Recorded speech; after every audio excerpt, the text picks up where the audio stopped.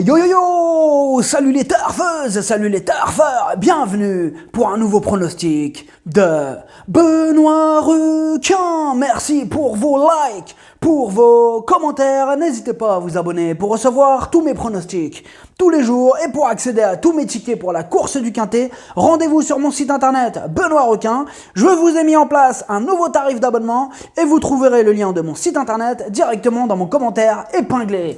Ok, place au pronostic du Quintet du mardi 19 octobre, direction Paris-Vincennes pour le prix Algora. Trop attelé, 2100 mètres, 16 partants, réunion 1, course 1, indice de confiance, 3 sur 5. On est plutôt confiant pour ce Quintet et on va voir ça ensemble. Petit retour sur le Quintet du lundi 18 octobre. Dans mon pronostic, il y en avait 4 sur les 5 et le 4 était mon cheval de complément. Pour les membres de mon site internet Benoît Requin, ce lundi, on a 3 tickets tiercés dans l'ordre qui sont passés, qui font 1146 €. Ça fait plaisir. On a aussi un ticket Quintet des ordres qui est passé, qui fait 394 €. Au total, ce lundi, il monte à 1540 € de gain. Ça fait plaisir. On commence bien cette semaine. Ce mois d'octobre, il monte à 5983 € de gain et au total, on a atteint la somme de 169 189 € de gain depuis octobre 2020. Ok, c'est parti, on commence le pronostic et on commence avec le numéro 1, Dream Along. Et on écoute Eric Prudon. La dernière fois, Dream Along s'est bien comporté et s'il a été battu, c'est à cause du déroulement de course. Il est très bien, brave et fait toutes les distances. Il aime bien prendre le train à son compte, à une allure régulière. S'il fait sa course, il devrait être dans les 5 premiers. Alors, ce que j'en pense de Dream Along, il est sur la montante et il s'entend bien avec Tony Lebellé, 6 fois sur 7 à l'arrivée ensemble. Attention à lui. Le numéro 2, Feli Eleven. Et on écoute Antonio Ripal Rego. À Mokanchi, Feli Eleven a dû faire un effort en épaisseur pour venir prendre le commandement et il l'a payé dans les derniers mètres. Auparavant, il avait bien gagné sur un parcours de tenue à Vincennes où il était pieds nus. Il le sera également mardi. Il s'est déjà bien comporté sur ce parcours et avec ce bon numéro derrière l'autostart, il peut jouer les premiers rôles. Alors, ce que j'en pense de Feli Eleven, il est régulier, il est bien placé en première ligne, il dépend d'un redoutable entraînement, il est incontournable. Le numéro 3, Erasme Williams. Et on écoute Philippe Daujar. La dernière fois, Erasme Williams est parti au galop, perdant son avantage initial. Après, j'ai trouvé qu'il s'était très bien comporté. C'est un trotteur assez sérieux qui devrait évoluer sur un parcours qu'il aime bien. Il n'est pas gênant qu'il n'ait pas couru depuis plus d'un mois. Je le laisse ferrer car je pense qu'il va être mieux comme ça. J'en attends une bonne performance. Alors, ce que j'en pense d'Erasme Williams, il est régulier actuellement. Ses 2 sorties sur ce parcours sont bonnes et il a hérité d'un bon numéro. Il va défendre chèrement ses chances. Le numéro 4, Dick des Malboro. Et on écoute Mathieu Abrivard. Dick des Malboro avait connu des problèmes de jambes après un succès cet hiver à Vincennes et avait dû être arrêté. Après une bonne rentrée à Laval, il a eu un bon comportement dernièrement à Enghien. Il a bien travaillé depuis et l'engagement est favorable. Même s'il avait gagné sur ce parcours au mois de janvier, ce n'est pas le vrai cheval de vitesse. Il détient malgré tout une première chance. Alors, ce que j'en pense de Dick des Malboro, il a maintenant 2 courses dans les jambes et il sera déféré des 4. Il a aussi hérité d'un excellent numéro, il s'annonce redoutable. Le numéro 5, Carthago Della. Et on écoute Nicolas Delamarre. En dernier lieu, cela ne s'est pas passé au mieux. Carthago Della n'a pu faire que 200 mètres et a été, avant tout, pris de vitesse. Il est mieux à faire 700 mètres. Avec un parcours en or, il aurait pu être 3e. Il est bien monté en condition sur cette sortie. Avec l'aide d'un bon déroulement de course, il doit rentrer dans le Quintet gagnant. Alors, ce que j'en pense de Carthago Della, la régularité ne fait pas partie de ses principales qualités.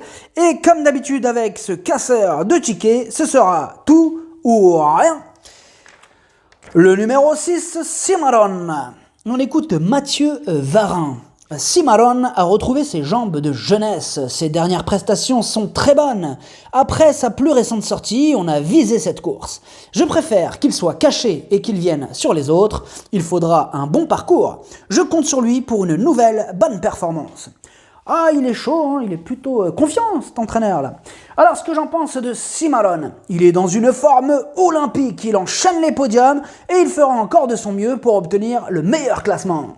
Le numéro 7, Express du Gers. Et on écoute Nicolas Bazir. Express du Gers a bien lutté pour repousser les attaques à Angers. Il confirmait sa bonne prestation sur l'herbe précédemment. Il évolue en bonne forme, le changement de piste ne peut que lui avoir fait du bien. Sa marge est réduite et avec le 7, il faudra un peu de réussite.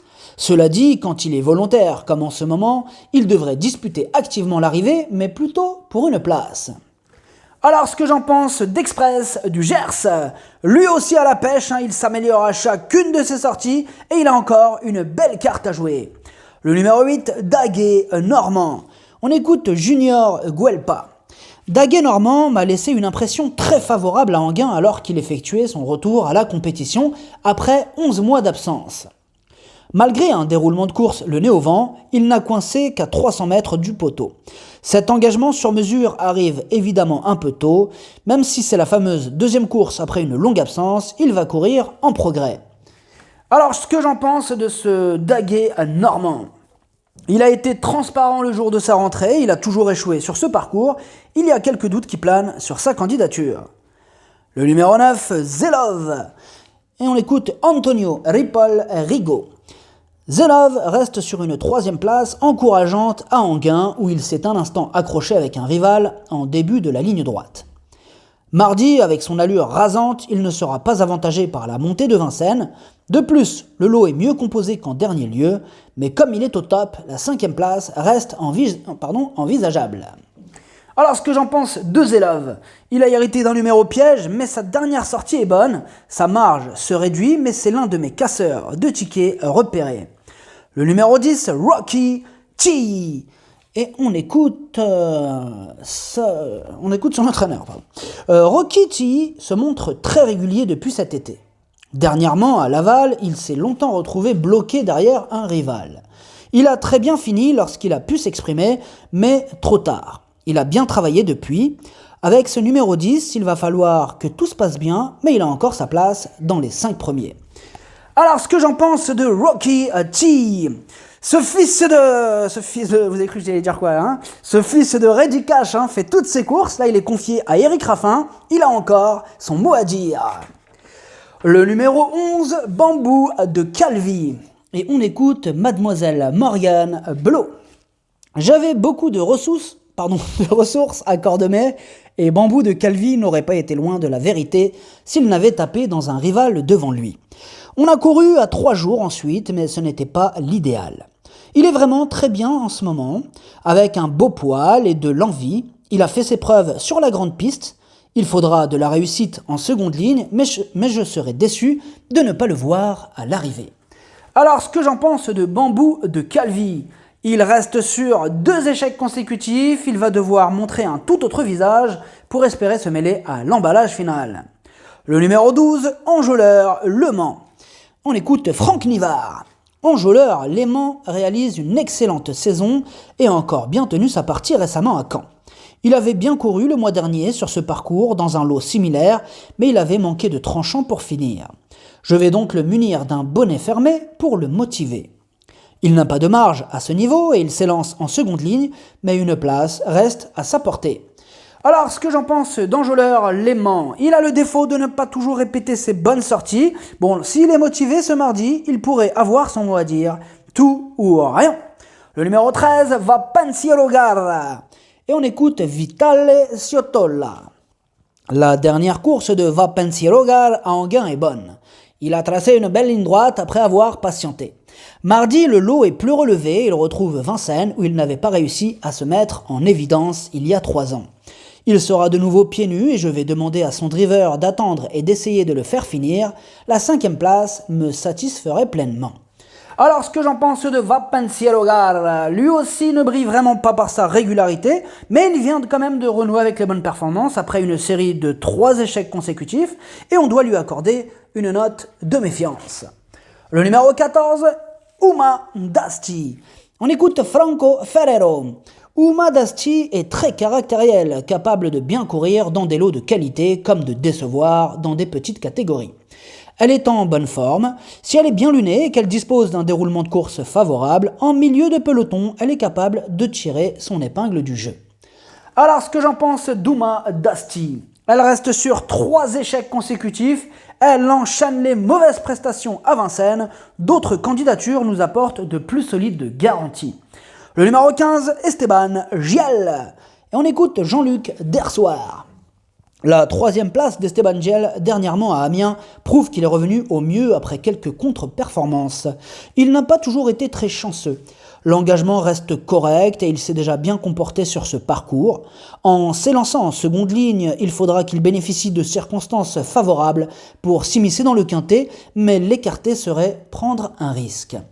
Alors, ce que j'en pense d'Esteban Giel, il vient de remettre les pendules à l'heure après une série de 5 échecs. Là, il est quand même déféré des 4 et il est confié à un pilote. Mieux vaut ne pas le sous-estimer. Le numéro 16, Élan de Dompierre. On écoute Joël Despres. Les 2 dernières prestations d'Élan de Dompierre étaient des courses de préparation. En effet, il avait été un peu arrêté suite à de petits ennuis de santé. Il va courir en progrès, mais je ne pense pas que cela soit encore suffisant. Sa tâche sera compliquée, d'autant qu'il s'élance en seconde ligne. Alors, ce que j'en pense d'Élan de Dompierre, il enchaîne les échecs. Bon, attention quand même, il a déjà gagné sur ce parcours. Il a le profil du parfait trouble-fête. Le pronostic, ça donne 4, 7, 2, 6, 10, 3, As, 15, cheval de complément, le 9, si jamais il y a un autre en partant, et ça peut arriver, le 5. Merci d'avoir suivi cette vidéo, n'hésitez pas à vous abonner pour recevoir tous mes pronostics tous les jours et pour accéder à tous mes tickets pour la course du Quintet, rendez-vous sur mon site internet Benoît Requin et venez profiter du nouveau tarif que je vous ai mis en place. À jouer avec modération, bonne chance, chopez-le moi, ciao.